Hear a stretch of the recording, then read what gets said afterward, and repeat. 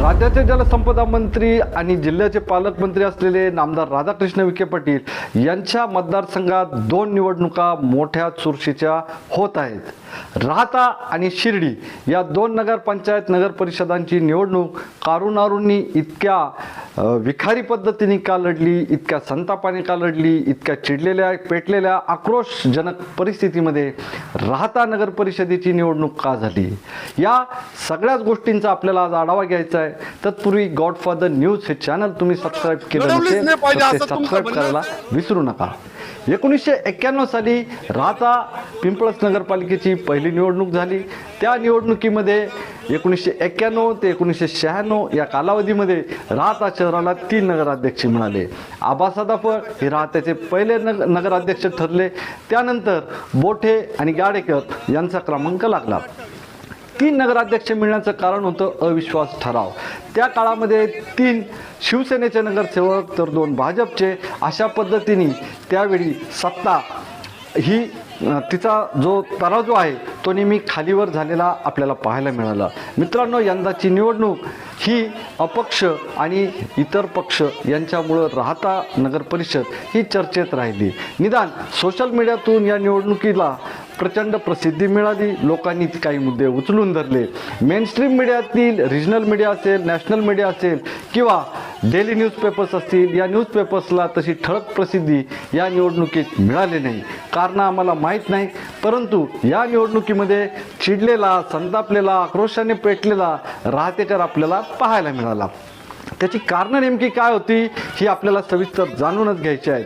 परंतु या निवडणुकीमध्ये राहतेकरांच्या जिव्हाळ्याचे असलेले शुद्ध पिण्याचं पाणी, रस्ते, गटारी, मैदान नाही या शहरामध्ये मुलांना खेळण्यासाठी. कोणीतरी म्हटलं होतं की इथं बोटिंगची व्यवस्था करू, कात नदीमध्ये नौकानयन करू, राहतेकरांसाठी एक नाट्यगृह देऊ. परंतु ह्या गोष्टींकडचे मुद्दे हे या निवडणुकीत कोणत्या पेपरवाल्याने, कोणत्या चॅनलवाल्याने किंवा विरोधी पक्षातील किंवा सत्ताधारी पक्षातील लोकांनी देखील उचलून धरले नाही. बरं, या निवडणुकीमध्ये इतक्या मोठ्या प्रमाणात अपक्ष आणि छत्री, BSP, आप, जनमंच असे अनेक पक्ष उभे राहिल्याचं आपल्याला पाहायला मिळतंय. या सगळ्यांचा सामना हा वारंवार प्रशासनाशी होताना आपल्याला पाहायला मिळाला. मित्रांनो, अनेकदा परवानग्या असतील, EVM बदलणं असेल किंवा भोंग्याची गाडी असेल, वाहनं असतील, रिक्षा लावायच्या असतील, यासाठी वारंवार अडथळे निर्माण झाल्याचा आरोप आपल्याला या निवडणुकीमध्ये पाहायला मिळाला. या संपूर्ण प्रक्रियेमध्ये शांत होते ते फक्त भाजपवाले आणि इतर छत्री असेल, BSP असेल, आप, जनमंच हे उमेदवार मात्र त्या परवानग्या मिळण्याच्या कामी लोकांना भेटण्याऐवजी नगर परिषदेमध्ये, पोलीस स्टेशनमध्ये चक्रा मारताना आपल्याला पाहायला मिळाले. सगळ्यात मोठी घटना घडली ती राहाता नगर परिषदेत रात्री परवा लोक जमा झाले, उमेदवार जमा झाले. त्यामध्ये सुनीता टाक, सागर कदम, सलीम शाह, अनिल सदाफळ, अनिल पावटे, किरण दुशिंग, दिलीप निकाळे, भरत निकाळे, सिमरन टेलर, नरेंद्र वाबळे, धनंजय गाडेकर, रामनाथ सदाफळ, मी स्वतः डॉक्टर जयंत गायकवाड, आम्ही अनेकांनी आक्षेप घेतले, तक्रारी केल्या, निवडणूक आयोगाला जाब विचारले. परंतु आता या तक्रारींचं नेमकं काय होणार याची देखील आम्हाला काही खात्री वाटत नसल्याचं जाणवत आहे. एक झालं, या निवडणुकीमध्ये डेअरिंग आली, जागरूकता आली, लोक बोलायला लागले, फॉर्म भरायला लागले आणि फॉर्म भरल्यानंतर मी कुणासाठी काम करतोय, मी निवडून आल्यानंतर काय करणार, माझ्या प्रभागातल्या समस्या काय, इतके दिवस लोक बोलत नसायचे. परंतु आता या 2025च्या निवडणुकीमध्ये लोक बोलायला लागले आणि त्याचा परिणाम असाच झाला, सत्तेत असलेल्या भाजपावरती त्याला राज्यातील सत्ता आहे, केंद्रातील सत्ता आहे, इतर अनेक सत्ता भाजपाकडे असताना देखील मतदार राजा हा या अपक्षांबरोबर, इतर पक्षांबरोबर खुलेआमपणे बोलताना, वावरताना या निवडणुकीमध्ये आपल्याला पाहायला मिळाला. मित्रांनो, सगळ्यात मोठी ठिणगी उडाली होती त्या दिवशी बॅलेट पेपरवरती कमळाचं चिन्ह हे ठळक दाखवण्यात आलं आणि इतर जी चिन्ह आहेत, मग छत्री असेल, झाडू असेल किंवा इतर पक्षाचे चिन्ह असतील, हे सगळे अस्पष्ट असल्याचा आरोप झाला. आणि त्याच वेळेस नगराध्यक्ष पदाचे उमेदवार असलेले धनंजय गाडेकर आणि ॲडव्होकेट रामनाथ सदाफळ यांनी आक्षेप घेतला. आक्षेपानंतर तेथून त्या चिन्हाबाबत ते जे ठळक केलेलं आणि मोठं केलेलं चिन्ह होतं ते कुणी केलं, कसं केलं याबाबत अद्यापही कोणती माहिती नाही. राहतेकरांना सुद्धा जाणून घ्यायचं होतं की हे फक्त कमळाचं चिन्ह ठळक कसं झालं आणि इतर लोकांची चिन्ह अस्पष्ट किंवा छोटी का आणि कशासाठी करण्यात आली होती. तेही जाऊ द्या. त्यानंतर डुप्लिकेट सह्या, तुम्हाला नोटिसा दिल्या, EVM कसे बदलले याबाबत देखील वारंवार स्पार्किंग पाहायला मिळालं. उमेदवार आणि प्रशासन यांच्यामध्ये फाईट झाल्याचं आपल्याला अनेकदा पाहायला मिळालं. त्या फाईटमध्ये आम्ही देखील सहभागी झालो होतो नव्हे.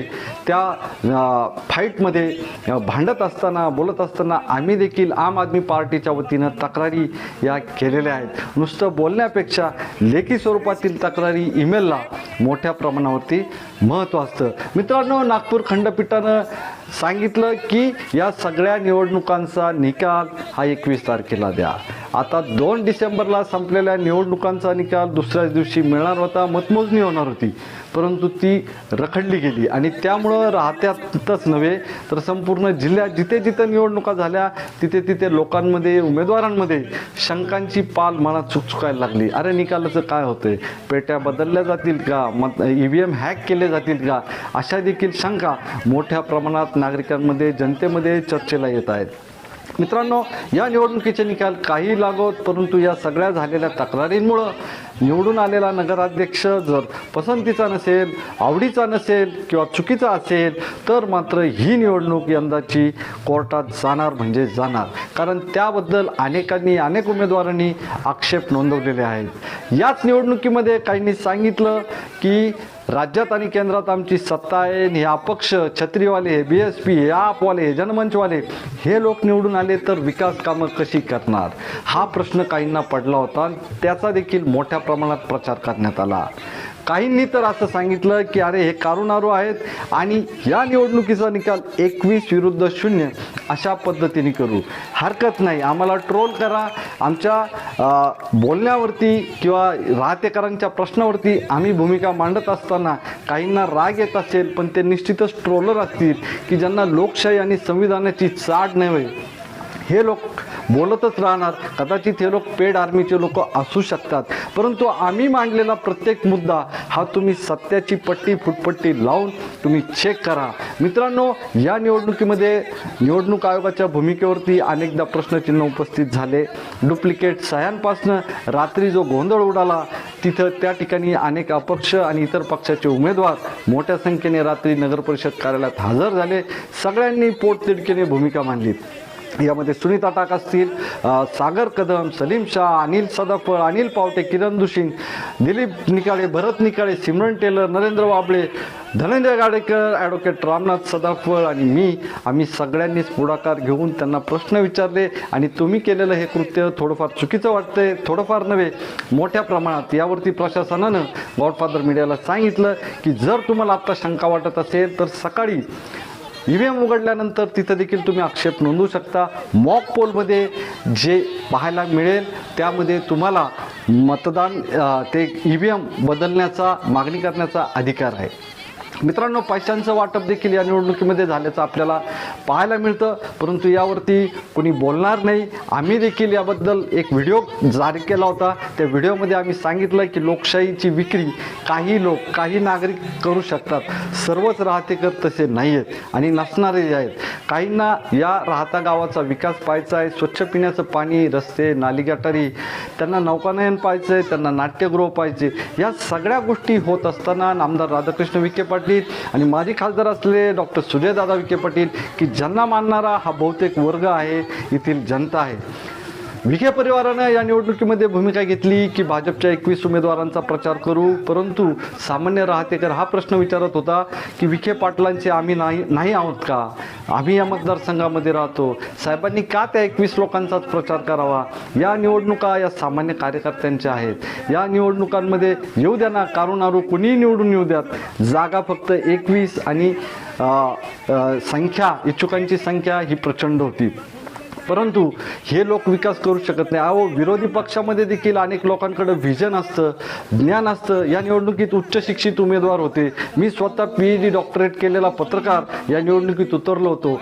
केवळ आणि केवळ ही लोकशाही प्रक्रिया, निवडणूक प्रक्रिया समजून घेणं हा उद्देश होता. दिला असतं निवडून लोकांनी किंवा दिलं निवडून तर या गावाचा निश्चितच आम्ही सगळेच, आमच्यासारखे जे इतर उमेदवार आहेत, अपक्ष आहेत, छत्री असेल, BSP, आप, जनमंच, आम्ही सगळेच मिळून आणि निवडणूक संपल्यानंतर आपण सगळेच एक असू आणि आपल्याला केंद्रात काय किंवा राज्यात काय या निवडणुकीसाठी जर निधी घ्यायचा असेल, मिळवायचा असेल तर विखे पाटील काय नाही म्हणतील का?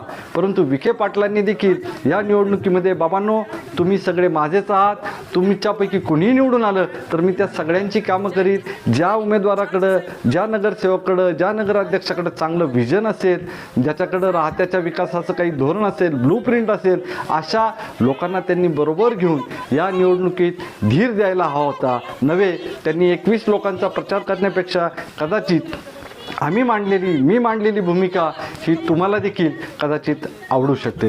मित्रांनो, सुप्रीम कोर्टामध्ये आज या तारखेबद्दल तात्काळ निकाल लावा, निकाल रखडवू नका याबाबत MIMच्या एका नेत्यानं याचिका दाखल केली. नागपूर खंडपीठानं दिलेल्या या निकालाविरुद्ध ते सुप्रीम कोर्टात गेले आणि या निवडणुकीचा उद्या परवा किंवा सुप्रीम कोर्ट कदाचित लवकरची तारीख देखील आज देऊ शकतं. ते आपण सगळ्यांनी पाहणं उत्सुकतेचं आहे. मात्र EVM हे बंदिस्त आहेत आणि तारीख पे तारीख म्हणजे आता 21 तारखेची वाट पाहावी लागल्यामुळं नागरिक, जनता, उमेदवार या चर्चांना उधाण आलेलं आहे.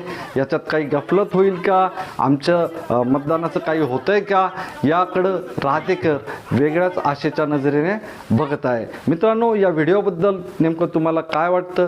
कारुणारूंनी घेतलेली भूमिका ही योग्य होती का? विखे पाटलांनी सगळ्याच उमेदवारांना सारखं मोजायला हवं होतं का?